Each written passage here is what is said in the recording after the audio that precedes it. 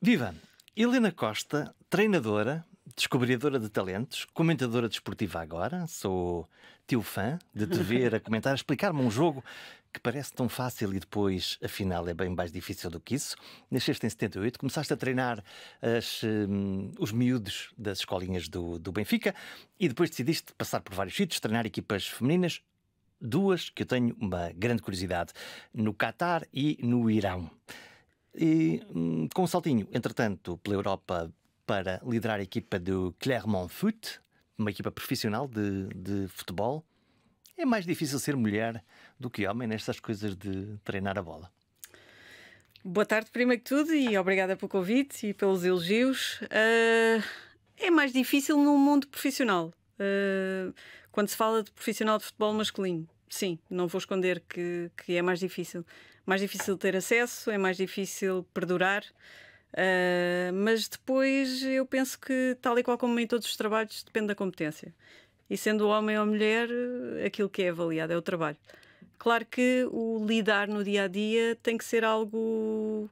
Lidar com muitos homens, tem que ser algo natural e respeituoso. Mas isso eu penso que será no futebol, como é na indústria farmacêutica, ou aqui na rádio, ou na televisão. Portanto, faz parte da nossa sociedade. Eu tenho uma curiosidade, que é um treinador, mesmo que seja absolutamente competente, que esteja a fazer a coisa que é certa, depois depende desse estranho fenómeno do raio da bola entrar ou não entrar. É verdade, da rede abanar. Sim, na maioria das vezes, atenção, porque começa a haver também já dirigentes com outra mentalidade. Obviamente, toda a gente depende de resultados e quanto mais resultados houver, mais o clube progride, mais jogadores se vendem, aquilo é uma bola de neve, não é? E hoje em dia o futebol é muito mais económico do que era há uns tempos atrás, já não há o amor à camisola só, não é? E portanto pode haver, senhora treinadora, tem aqui este jogador que eu comprei aqui por 10 milhões e agora temos que o fazer render. Sim, pode haver, mas normalmente o que acontece agora é os 10 milhões são investidos já com uma perspectiva também que integre o próprio treinador. Há todo o tipo de projetos. Há projetos em que há uma direção desportiva que impõe a ideia do clube e, portanto, o treinador integra-se ali, mas os jogadores são comprados pela direção desportiva, mas na maioria... A direção desportiva é outro... Como é que isto funciona? Normalmente os clubes têm um presidente, a direção, uma malta das finanças, um dono do clube, também, exatamente importante, que o dono está lá na bancada. Estou a pensar mesmo muito no futebol inglês. Depois pode haver um diretor desportivo, estou a pensar no Guiana, eventualmente, que me lembro logo, e lá dentro está um treinador. Então, o treinador decide o quê? O treinador decide tudo no dia-a-dia da equipa. Depois, o que decide para além do dia-a-dia da equipa já depende da forma como os clubes se estruturam. E era isso que eu estava a explicar. Há uns que dependem muito da vontade do dono. Imaginando que um clube tem um dono, o dinheiro é do dono. E, portanto, se fosse o meu dinheiro, eu também quereria ter uma parte da decisão. Escolher a pessoa certa para o manejar. E a partir daí pode explicar se o treinador estar claramente inserido na decisão da compra de um jogador, por exemplo, e acho que faz mais sentido integrar toda a gente, porque no fundo é o treinador que o vai ou desenvolver, ou colocá-lo a jogar, ou etc., potenciá-lo, ou então o treinador é simplesmente um aquisitor da ideia do clube, que se integra ali e que ajuda a desenvolver, mas que não decide. Depende muito das estruturas, mas o dia-a-dia, a equipa... não estou a pensar no futebol inglês em que o treinador é mais manager, é muito mais líder nas outras áreas todas do clube. Em Portugal o treinador é isso, é a gestão do dia-a-dia da equipa. Vamos pensar de uma forma um bocadinho mais rotulada. Olha, como é que tu vês esta função da comunicação precisamente nesta máquina tão complexa que o futebol se tornou no dia de hoje? Como é que tu usaste as ferramentas? Que ferramentas é que tu precisaste? Quando disseram assim, olha, agora vais aqui treinar as escolinhas do Benfica, podemos começar por aqui. Foram coisas tão diferentes. Começar com meninos, não é? Foram coisas muito diferentes. Se eu pensar nessa minha fase da vida, porque eu também era uma miúda nessa altura, eu estava no primeiro ano da faculdade, a terminal, quando isto surgiu. E, portanto, era uma miúda, basicamente. Ainda no outro dia me reuni com alguns deles, que agora já são homens também, e eles próprios descobriram a minha idade nessa altura e ficaram chocados e até me disseram meio a brincar, se eu soubesse nem te tinha respeitado. Quer dizer, tu tinhas quase a idade que eu tenho agora, como é que é possível? Foi engraçado isso. Não, mas eu nessa altura era o aprender a adaptar a comunicação para miúdos, porque é totalmente diferente, ainda hoje é, não é? Independentemente da minha idade, o comunicar com miúdos é diferente de comunicar com adolescentes e é diferente de comunicar com séniores. E mesmo assim, eu posso dizer que comunicar com homens é diferente de comunicar com mulheres no treino. Então, fala-me disso. O treino é o treino, ponto. A explicação do exercício é exatamente igual, o conteúdo, etc. O que eu notei, e acredito que possa ser diferente nesta altura, até porque as miúdas começam a ter agora um processo de formação, mas na altura, e podemos dar o exemplo da Dolores, da própria Filipa Patão, que agora está na voga e toda a gente percebe quem é, eram miúdas que estavam integradas, que eu as integrei na primeira equipa, por exemplo, do 1º de dezembro, com jogadoras de 29 anos, as Carlas Coutos, as Ediths. E elas tinham? 14, a Edith, 14 a Dolores, perdão, e a Filipa tinha 16 ou 17. Tu pregaste em 2 adolescentes. Claramente, 3 até. Com talento? Com talento. E colocaste-as numa equipa sénior? Nas feras. E isto era assim no futebol feminino há muito tempo. E o efeito disso? A Dolores passou a titular, claramente. A Filipa teve as suas oportunidades, passo a passo. E mesmo a Solange, que ainda não falámos, também tinha as suas oportunidades. Mas a Dolores claramente passou a titular. Talvez na posição onde lhe era possível na altura, porque a equipa era campeã. Mas, entretanto, perdemos por uma questão de comunicação. Elas, não tendo esse processo de formação, eram muito curiosas. Não é o questionar a treinadora porque é que se faz isto, é qual é o sentido no jogo. O quererem perceber a ideia do jogo, o quererem perceber o porquê do exercício enquadrado no jogo. E isso faz parte de um treinador. Os homens ou os rapazes, e eu tive experiência até num clube que eu considero onde o processo de formação existe e a cultura do jogador é grande. É para fazer, não se questionava. São o quê? Pragmáticos? São mais diretos? Tem a tal base de formação, não é? Que é toda igual à partida para todos? Agora, mas elas antes não tinham. E, portanto, a curiosidade tática era algo que lhe estava muito inserida. Quer dizer que há linguagens diferentes quando tu vens de processos formativos diferentes? Há uma linguagem diferente? Eu notei isso, acredito, e era o que estava a dizer. Agora elas já conseguem ter um processo de formação.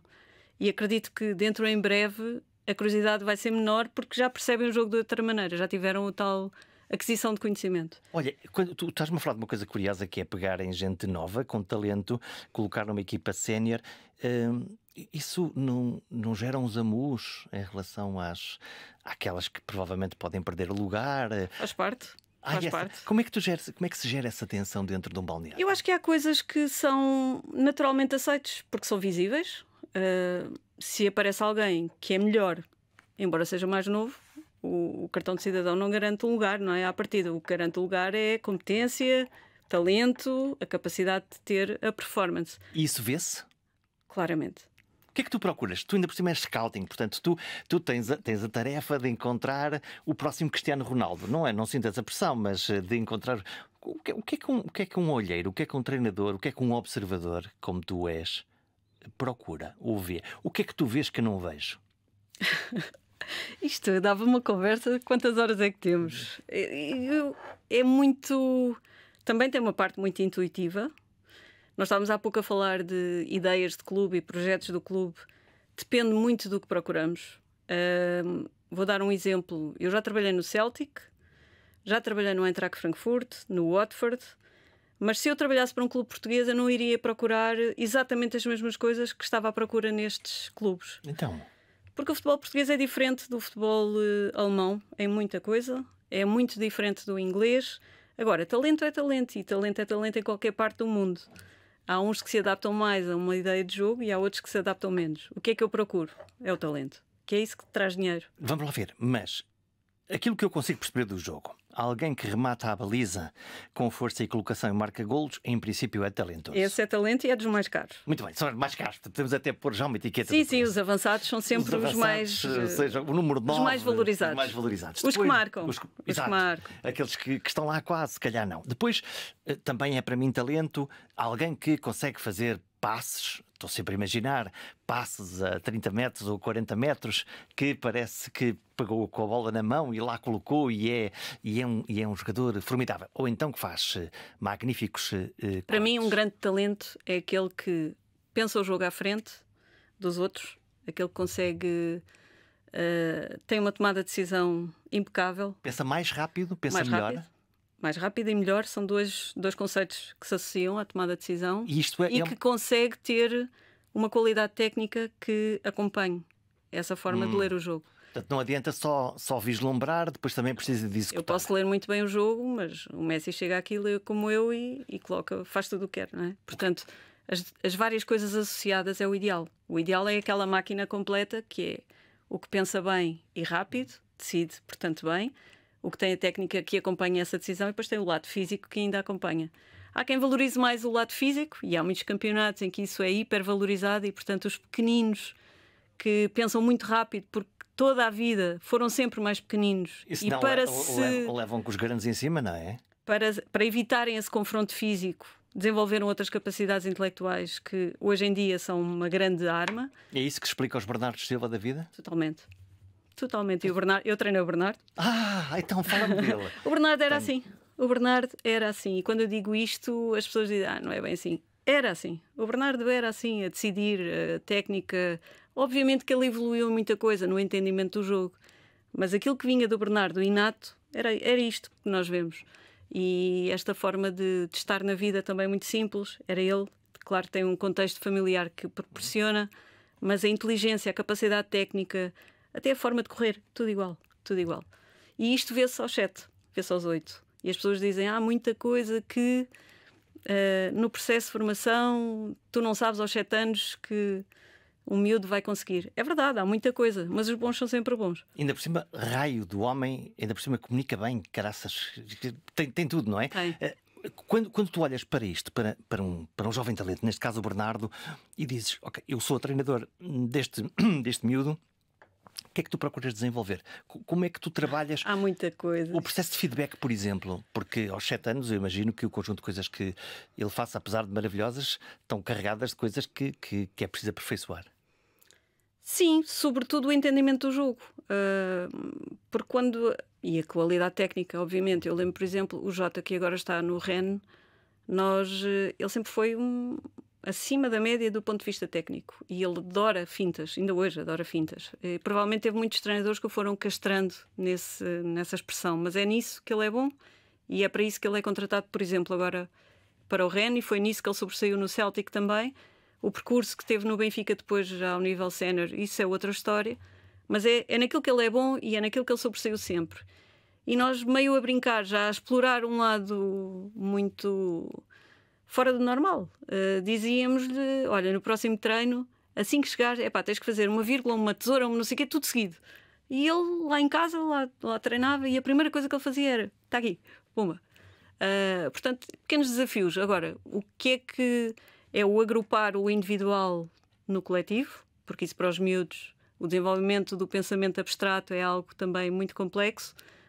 Eles veem o agora e o ele e o agora. E o perspectivar a equipa e ir lá mais à frente, ler o jogo um bocadinho mais à frente, é algo que temos que desenvolver. Agora, as coisas inatas estão lá sempre. E estão lá sempre também no nível sénior. E isso, eu acho que é muito fácil olhar para alguns miúdos e perceberes dificilmente não vai lá chegar. E miúdos muito novos. E depois o aspecto mental? O aspecto mental, sim, e consegue-se perceber Essa teimosia, essa vontade, a persistência. a persistência, o sobreviver à frustração, porque lá Também. está um miúdo muito talentoso, O Bernardo. o Bernardo, O Bernardo não jogava a titular nos sub-15, sub-16, sub-17. e não ficava frustrado? Claro que ficava. O Bernardo e o Ricardo Horta. Claro que ficava. Mas a persistência e o acompanhamento que algumas pessoas deram, o Bernardo já falou disso várias vezes, até a importância que o Chalana teve nesse processo, mas alguns desistem, outros têm quem os acompanhe. Lá está, essa ideia, o Chalana, falas bem, que era confio em ti, miúdo, tu tens um talento como eu, lá está quase uma irmandade. Tem o papel dos pais. Mas eu não vou envolver os pais, porque há uns que põem pressão. No caso do Bernardo, não punham pressão nenhuma. São pessoas com tudo no sítio. Está aí o segredo também, não é? Sim, era o que eu estava a dizer há pouco, o envolvimento que os jogadores têm auxilia muito depois a superar as dificuldades, mas ainda bem que há dificuldades no percurso deles de formação, porque não pode ser tudo perfeito. Olha, como é que tu lidas com os jogadores que evitam a comunicação direta? Porque eu quero imaginar, estou a ouvir-te agora aqui e estou a pensar, esta treinadora deve ser daquelas que diz tudo o que tem para dizer aos... Não é só a treinadora. É a pessoa. Sim, a pessoa e é sobretudo a Chief Scout e é... Porque isto é tudo muito bonito, mas tomadas de decisão que envolvem milhões têm que ser muito claras. E o comprar um jogador envolve muitos milhões. Como é que se diz que não? Justificando o porquê. Não é dizer que não só porque não. É dar as minhas razões. Eu posso estar errada. Naturalmente que já errei. Já acertei muitos outros também. Mas é dar as minhas opções e o porquê.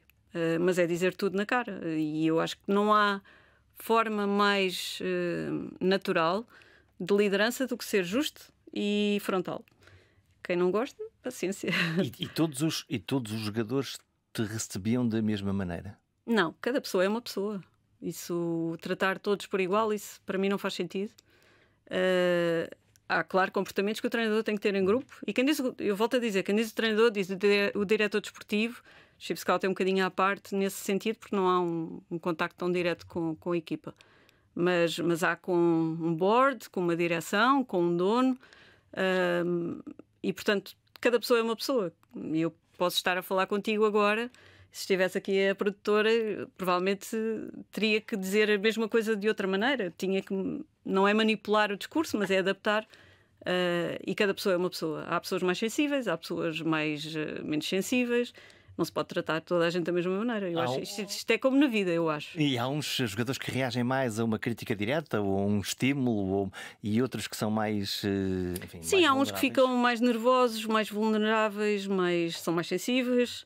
Há outros que são mais frios, há outros que estão habituados, há uns que já têm mais experiência, também levam isso de outra maneira. Há os que, a tal Dolores, que entra com 14 aninhos, não posso falar para a Dolores como falava com a Carla Couto, por exemplo. Mas são pequenos pormenores. Agora, há regras que são regras de grupo e há comunicações que são comunicação de grupo. E isso, aí sim, é por igual. Mas cada indivíduo é um indivíduo. E como é que se molda o que é a pressão para a performance por um lado, a formação por outro e depois esse desenvolvimento e essa comunicação com cada um dos miúdos ou dos atletas depois mais crescidos? Eu acho que isso vai com o dia-a-dia. Vai com o dia-a-dia, com o conhecimento de cada um, com muita interpretação de alguns sinais. E off the record falámos já da comunicação não verbal e eu acho que para mim é algo, não é só na relação treinador-jogador, é também tudo. Eu, tendo vivido no estrangeiro, acho que desenvolvi isso muito, sobretudo no Qatar. Treinaste Irão e Qatar? Treinei Qatar primeiro e depois Irão. Culturas completamente diferentes? Sim. A língua é um mistério? A língua começou por ser um mistério no Qatar. Eles falam naturalmente o árabe, mas no Qatar, até fruto daquilo que é a influência norte-americana e o país, a forma como se está a desenvolver, praticamente todas as universidades e algumas escolas são lecionadas em inglês. E, portanto, a comunicação é muito fácil por lá. A maior parte das pessoas que lá vivem são estrangeiras e o inglês é quase a língua, não digo nativa, mas praticamente. Portanto, e os atletas? Também. Toda a gente fala inglês. Mesmo miúdas de 13 anos, era muito raro encontrar uma que não falasse inglês. Portanto, foi facílimo nesse aspecto. Mas quando eu passo do Qatar para o Irão, e já arranhava algumas palavras de árabe, ou não falando já conseguia interpretar muitas coisas que diziam, eu pensei, agora vou-me safar um bocadinho melhor. Fui sozinha, sem equipa técnica, e quando chego lá, o que eles falam é persa, tem algumas palavras idênticas, mas com significados diferentes. Portanto, baralhou o sistema todo, o meu árabe não servia para nada e ninguém falava inglês. Ninguém falava inglês. Só a minha team manager é que falava inglês. Como é que se faz isso? Como é que tu treinas uma equipa quando... Foi o que eu pensei. Como é que eu faço isto? Não ouvimos a mesma música, não falamos a mesma língua. Eu não consigo explicar até hoje. Foi muito linguagem gestual, muito exemplificação de exercícios, muito...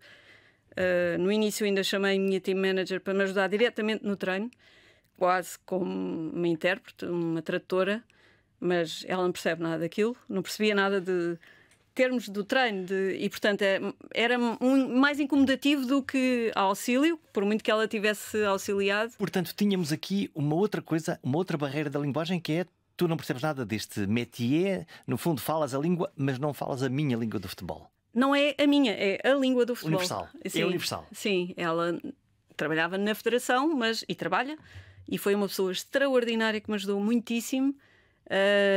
Até porque era a única com quem eu conseguia realmente comunicar também, mas super competente, mas não era da parte administrativa, era da parte mais funcional, não era do treino, não era uma linguagem do futebol, e portanto não servia para o meu auxílio, e tive que desenvolver outras ferramentas. E o mais engraçado é que nós acabámos por comunicar muito. E já havia piadas, que já havia uma interação com piadas, mesmo não falando absolutamente nada e elas não falando inglês. Fomos desenvolvendo, e eu fui obrigada também a, mais rapidamente, saber os termos em persa, e a comunicação era excelente e a relação era brutal. Portanto, foi brutal. Sabendo aquelas perguntas, aquelas palavras básicas, lá está: chuta, remata, defende, cobre, rápido, sei lá. pressiona, coisas desse género, sim. E a partir daí a nossa linguagem foi melhorando, e acabámos com piadas e com uma relação extraordinária e convivências ótimas. Eu adorei o Irão. Os resultados foram bons? Foram bons, mas a qualificação, tivemos um azar no sorteio da qualificação para, vamos chamar, o europeu lá do sítio, não é? O campeonato asiático. Calhou-nos a Tailândia, que era um dos tubarões, e só passava uma, portanto tivemos, mas foi muito positivo. E eu ali não era só a selecionadora da equipa A, era também coordenadora de todas as outras seleções. Eu tinha um treino, pelo menos todos os dias, de qualquer seleção. Se fosse sub-13, sub-16, eles lá têm escalões diferentes da Europa. E foi muito interessante. E sobretudo o impacto que se pode deixar depois no país, que não foi só... O Irão estava extremamente desenvolvido, na altura muito mais desenvolvido que Portugal, muito mais. Uou. Muito mais mesmo. Bom, não tinha nada essa ideia. Pois, mas ninguém tinha. Mas porquê? E há um talento. Em quê? Nem era o conceito de treino, o conhecimento de treino não era, é muito inato. E eu no outro dia estava a falar com o António Simões, que também estava lá na altura com o Carlos Queiroz e com o Daniel Gaspar, e nós privámos, e eles sentiam isso do lado masculino também, que há um talento inato. Eles conhecem o jogo porque sim? Não, eles têm uma paixão pelo jogo incrível.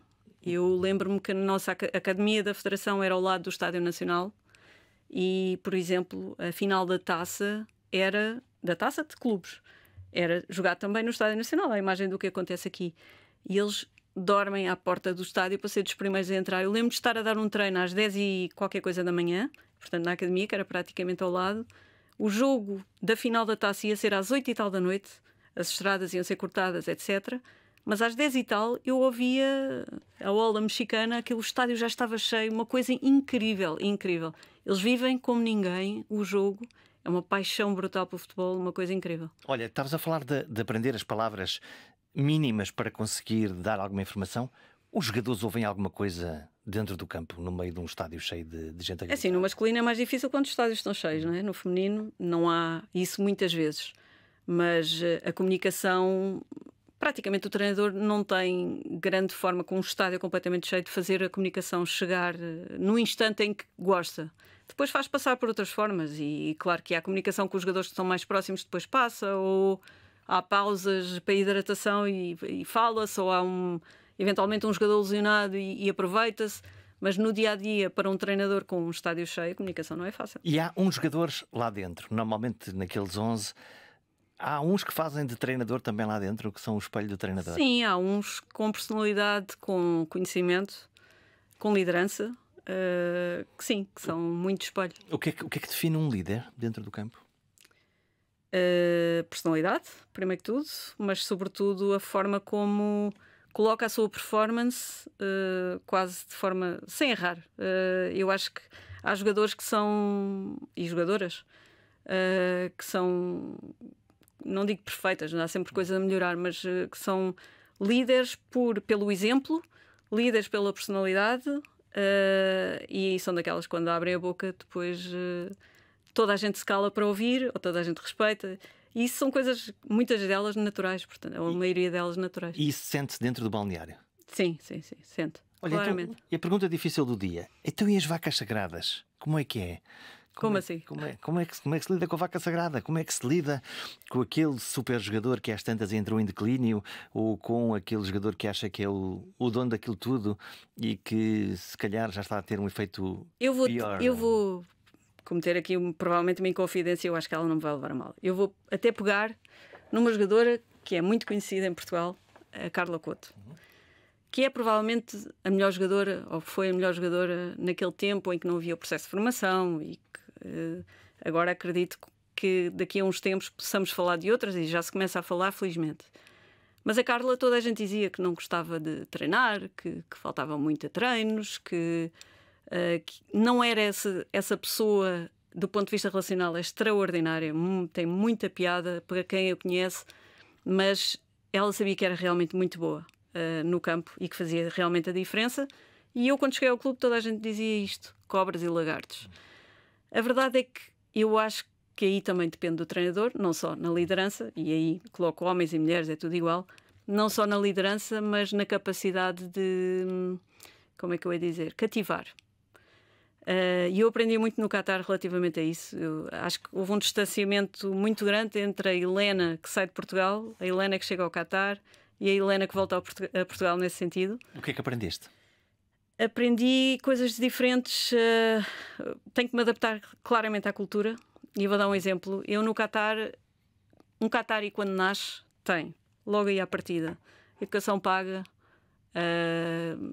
tem, sei lá, água, luz paga pelo Estado, tem tudo e mais alguma coisa, tem os pais ricos. Um miúdo quase quando nasce tem uma nanny, uma ama, e um carro, e um driver. E portanto têm tudo o que querem e o que não querem, e aquilo é viver, ou podem viver sem ter o espírito de sacrifício, porque não têm necessidade. Tem tudo, portanto. Tem tudo. E aí aparece uma treinadora que veio lá de Portugal. Sim, mas que tem em contrarrelógio. O meu processo foi: eu tinha que criar o futebol feminino do país. Não existia. Nada, zero.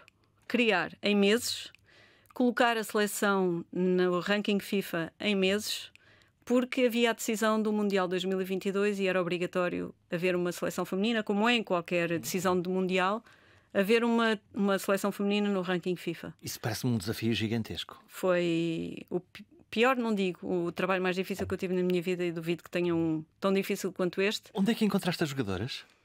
Eu andei a bater de porta a porta. Elas, pela paixão que algumas tinham pelo jogo, criaram um torneio de futsal na faculdade. Eu soube disso. E começaste lá a ver? Comecei lá e depois criei escola de futebol desde pequeninas. Portanto, criei a seleção sub-13.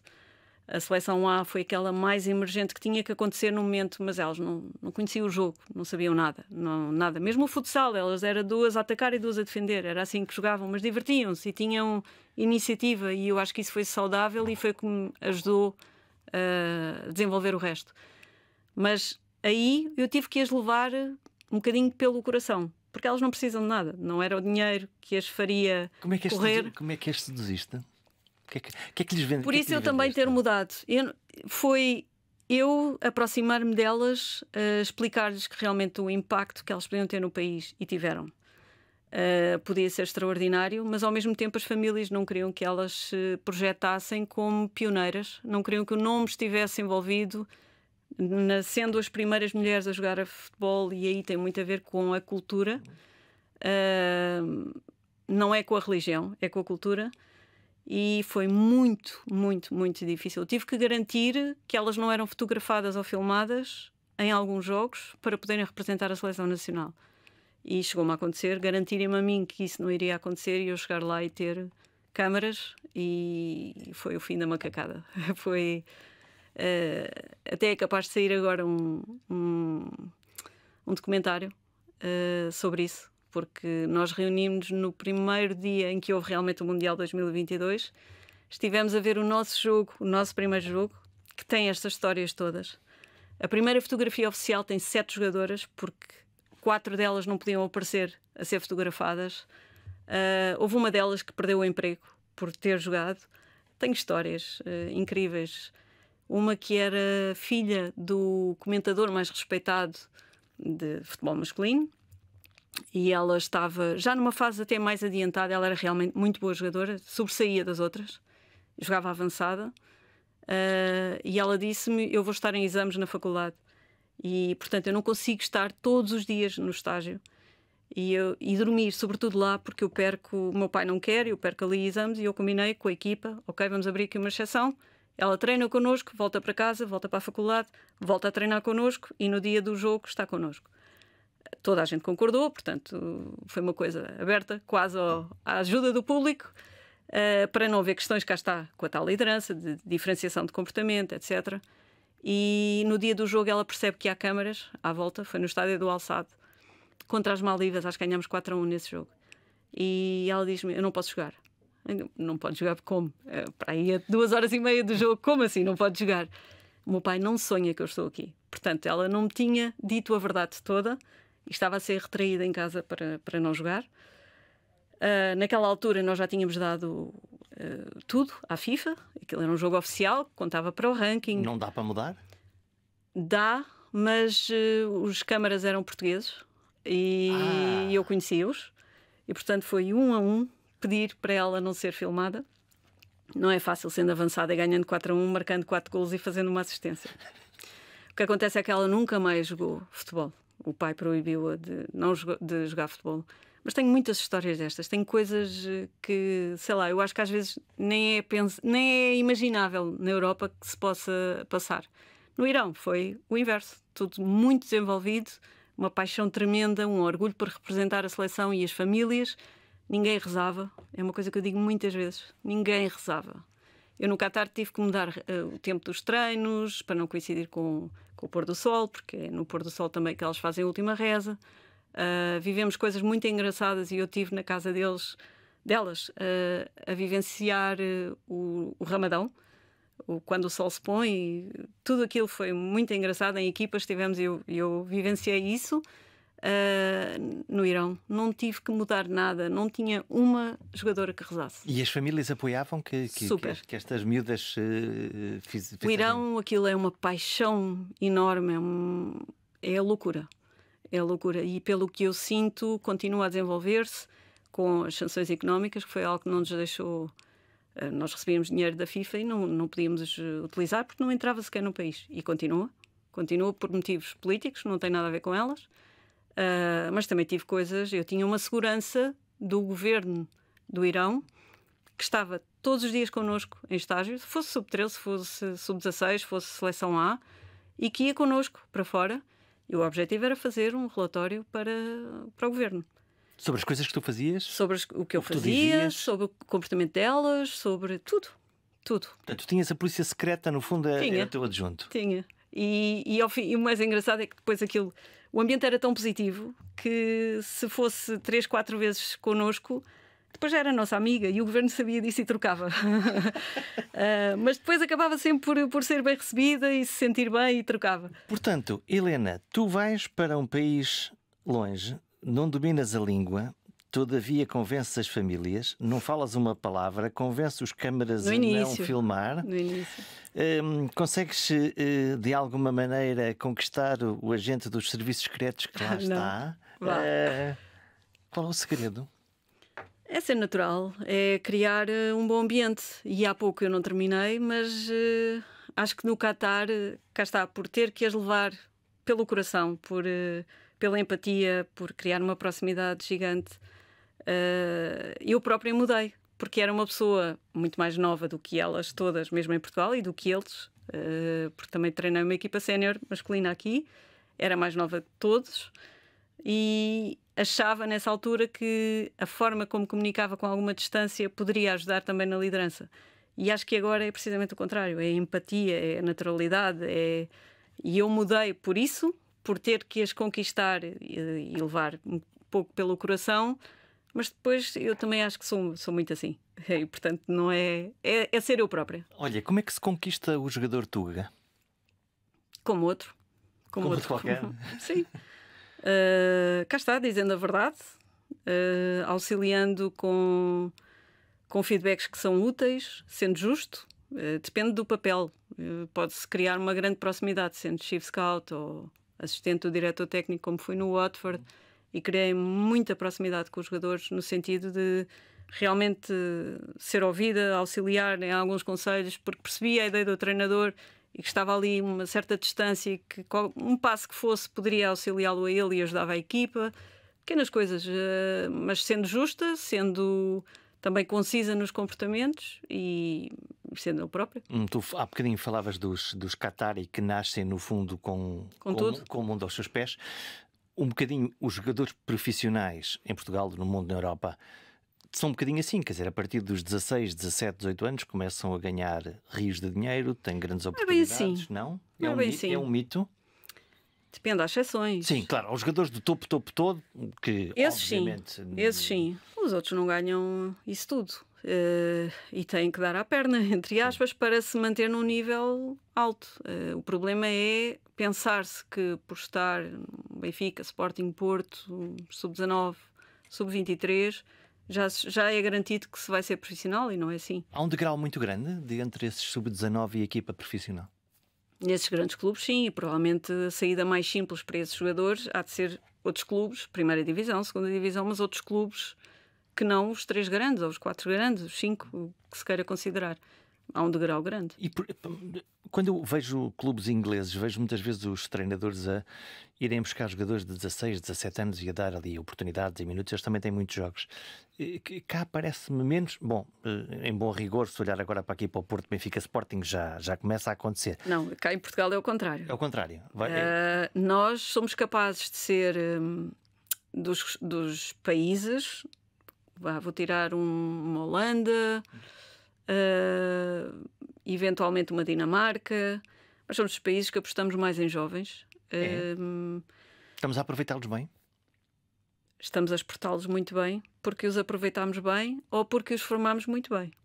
Sim. E portanto, quando eles dão nas vistas num clube de topo, numa Liga dos Campeões, vão para a Inglaterra. Vão-se embora, não é? Vão-se embora. Mas os clubes portugueses dependem disto. Os clubes portugueses têm que vender.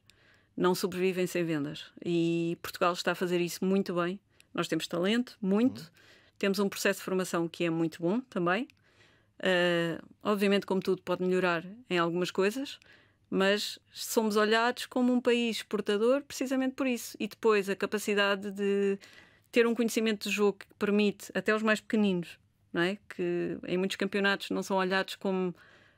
são um bocadinho personas não gratas, aquele perfil do jogador típico não vai de encontro a isso, mas os pequeninos sobressaem porque pensam mais rápido, porque têm o processo de formação, porque têm o lado técnico, porque têm uma capacidade de adaptação, de comunicação.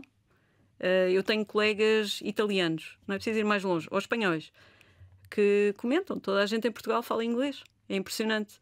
E se juntarmos a isso a capacidade de praticamente falar o portunhol, não é? Já com o inglês e o espanhol sobrevive-se em meio mundo.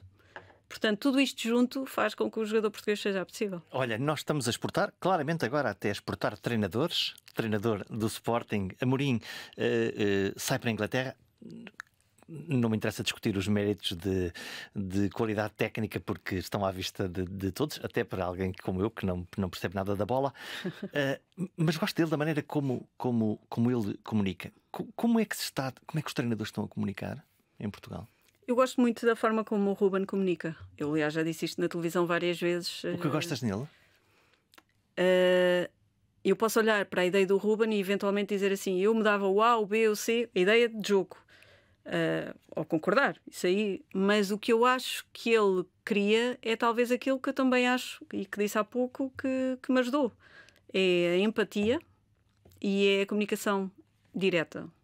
E não precisa ser aos berros. Pode-se dizer uma coisa e ser muito justo e ser muito direto, de uma forma... Agora só me lembro da palavra em inglês. Ainda estou com o regresso de imigração.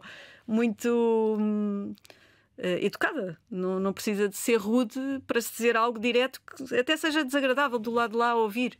Mas eu acho que o Ruben tem essa forma que eu tenho muitas dúvidas que seja uma personagem. Parece-me claramente que é muito natural dele, ele ser assim. E ganha muito com isso. E agora vai para a Inglaterra, sítio que tu conheces. O que é que ele precisa de fazer para ter sucesso? Eu não conheço a realidade por dentro de onde ele está. Vai para um contexto difícil, assim como ele veio também para o Sporting e estava num contexto difícil. Isso é uma boa notícia ou uma má notícia? Ele gosta. E a questão é, vai para um sítio onde o impacto pode ser imediatamente visível. O estar num mau momento de Manchester United ou numa má organização, há aqui muitos pontos de interrogação à volta do clube nesta altura. Se ele detectar o que é necessário na altura certa, eu acho que vai impactar rapidamente. E depois há outra coisa, eu acho que a liderança que o United teve até há relativamente pouco tempo, as 2, 3 pessoas que passaram agora têm uma forma de ser, de estar, de comunicar, de empatia totalmente diferente. O que eu notei em Inglaterra é que os ingleses são, e toda a gente diz que os alemães é que são muito frios, muito distantes, muito pragmáticos. Eles são regrados no trabalho, mas são as pessoas mais descontraídas com quem eu trabalhei até hoje. É mais fácil trabalhar com os alemães do que com os ingleses? 1000 vezes. 1000 vezes. Uou! Então... 1000 vezes. São muito conservadores os ingleses, muito conservadores no sentido... Eu não estou a dizer isto de uma forma negativa. São formas diferentes.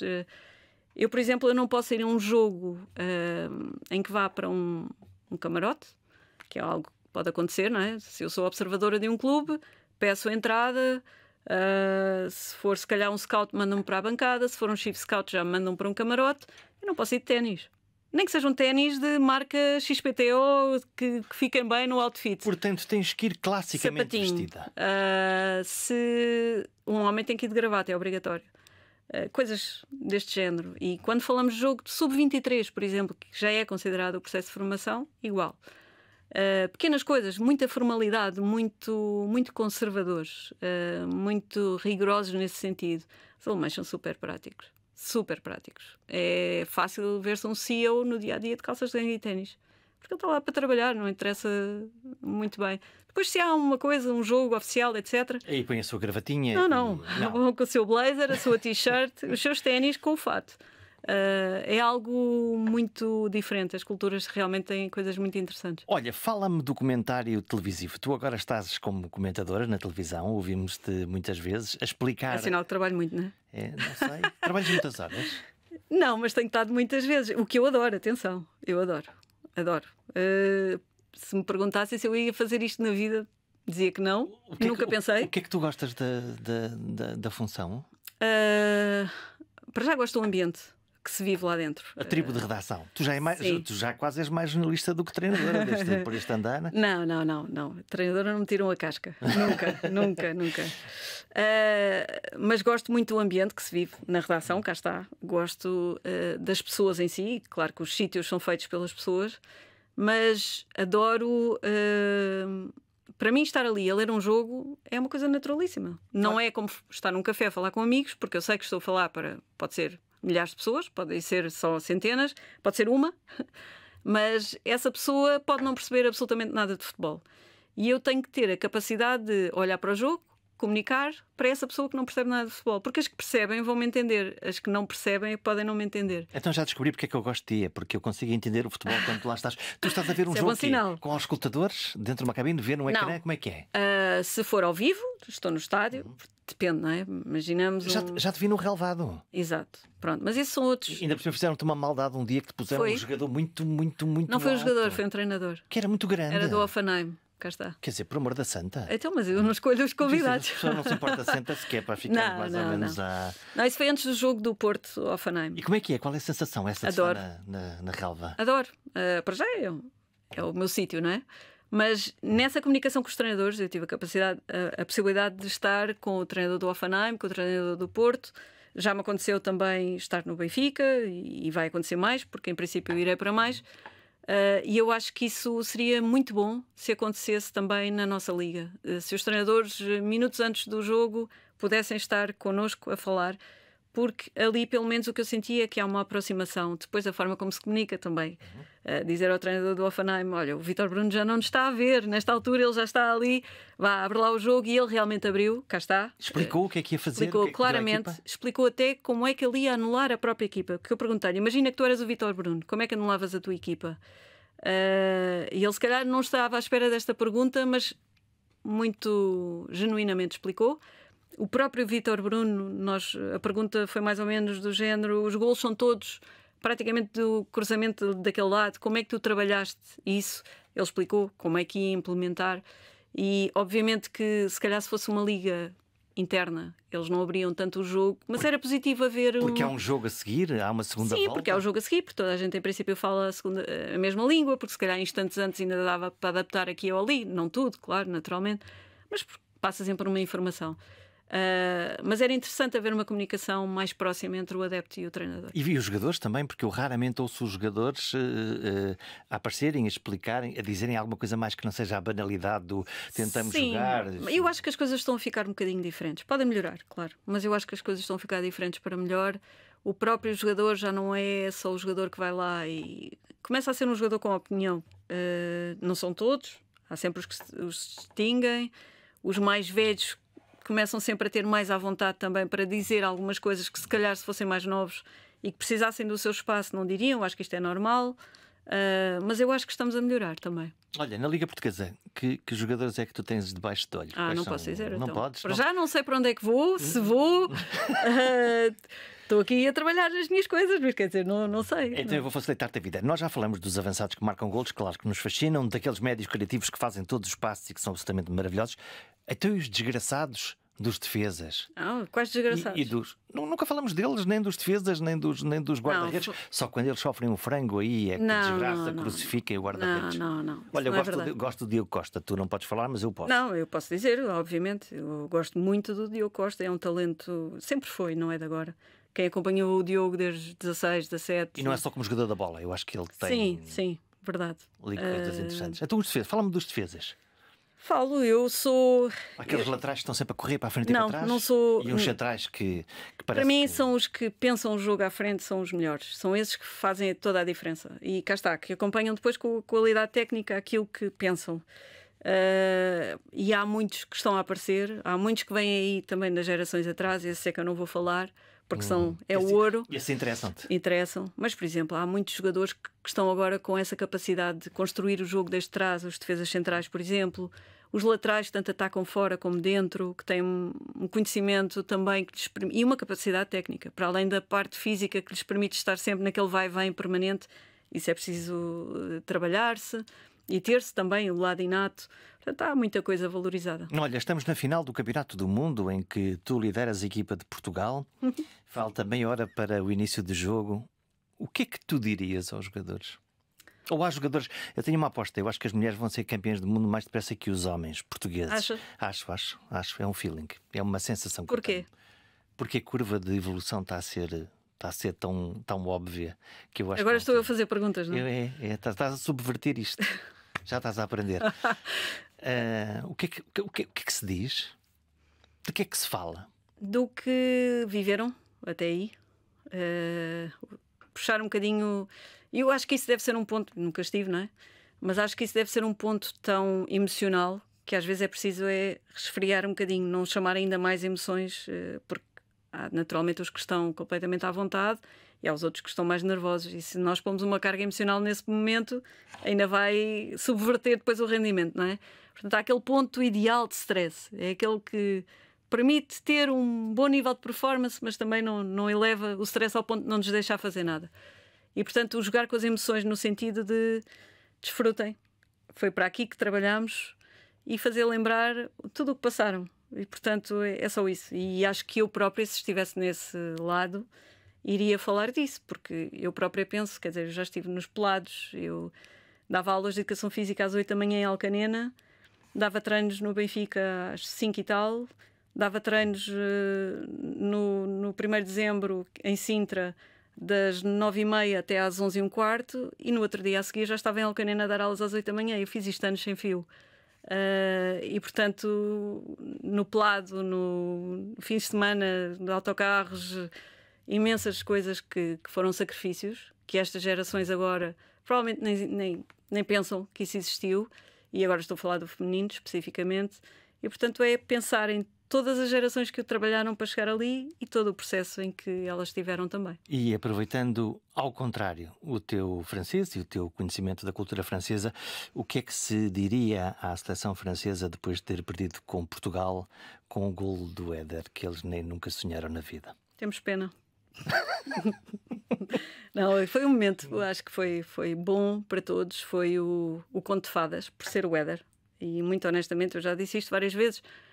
Quando saiu a convocatória, o Éder foi se calhar o patinho feio, o menos esperado, no sentido de haver outras possibilidades. E todos nós pensámos, não nesse sentido, porque ele mereceu por estar lá, mas pensámos que eventualmente não fosse utilizado, ou que fosse claramente o menos utilizado. E quando Fernando Santos decide que ele vai lá para dentro, tu pensaste alguma coisa? Não. Todos pensámos. Todos pensámos. Venha o primeiro que diga que não. Todos pensámos, mas a verdade é que resultou. E o Fernando Santos foi o maior, o Éder foi o maior, e essa seleção deu-nos muita alegria. Deus queira que se repita, seja masculino, seja feminino, seja futsal, seja futebol de praia. Todos contam e são todos Portugal. Liliana Costa, muito obrigado. Obrigada eu.